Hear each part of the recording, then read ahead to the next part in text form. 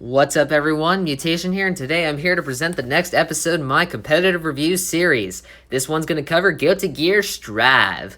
Strive is the hottest new fighting game on the market right now. Well, at least one of them, with the far superior Monos Arena taking the spotlight, offering a simpler version of Guilty Gear, hoping to get new players into the series. Today, I'm going to cover only the competitive side of the game and its pros and cons as per the usual formula. Short disclaimer before we begin. Normally, one of the first things I cover in these videos is balance, but since the game is brand new and will be receiving constant patches, I don't want to cover something that will likely be completely outdated within a few months. Though games like Smash Ultimate receive constant patches, and I did cover that game, Smash has too many characters to really effectively change the tide of balance. With that out of the way, let's begin. One of the first things I wanted to cover is the aforementioned simplicity. The game does not focus heavily on combos, but rather smart neutral. Usually, the largest combos will be about 8 to 9 moves, which is a lot less daunting than many more traditional anime fighters. However, the game is still not easy to get good at, offering a high skill cap that tends to keep the pros immersed while encouraging new players to join into the scene. It almost feels like a more refined version of the Street Fighter V formula, being easier than the previous games, but not like Street Fighter V where even beginners can pull off the pro combos. It can be lame to watch or play against overly defensive play in any fighting game, whether it be camping in platform fighters or a style of play that just aims to shut you down so you can't play the game. However, Guilty Gear has a built-in mechanic that will drain your resources for playing too defensively, even warning you when it's about to drain them, not allowing for that style, making it infinitely more fun to watch and play as a result. It's not that you can't play defensively without being punished, that would be poor game design.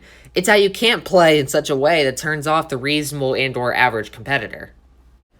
I'm not going to spend a lot of time on it since I would just be reiterating what I said in my Skullgirls video, but the online is great. Having rollback netcode allows it to have a scene online, especially considering this game was released during the COVID-19 pandemic.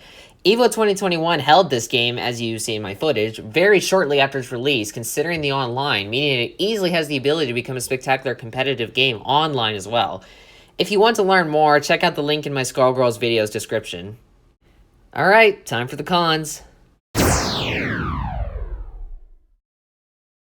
For some odd reason, the game feels different to play depending on the system. This isn't a problem for those who only primarily play on one system, i.e. PS4 or PC, but as someone who plays on both PS4 and PC, I find it more difficult to perform things such as ride the lightning on a PS4, whereas I can get the input almost flawlessly on a PC. It often turns into a Dragon Punch for me, which is an extremely different input than ride the lightning. Admittedly, I'm very much a newbie to this game and it could just be my lack of skill, but I have heard players more skilled than myself complain about the same issue. The game should be consistent. It's not a different game, just a different system, so I don't entirely understand why it feels different.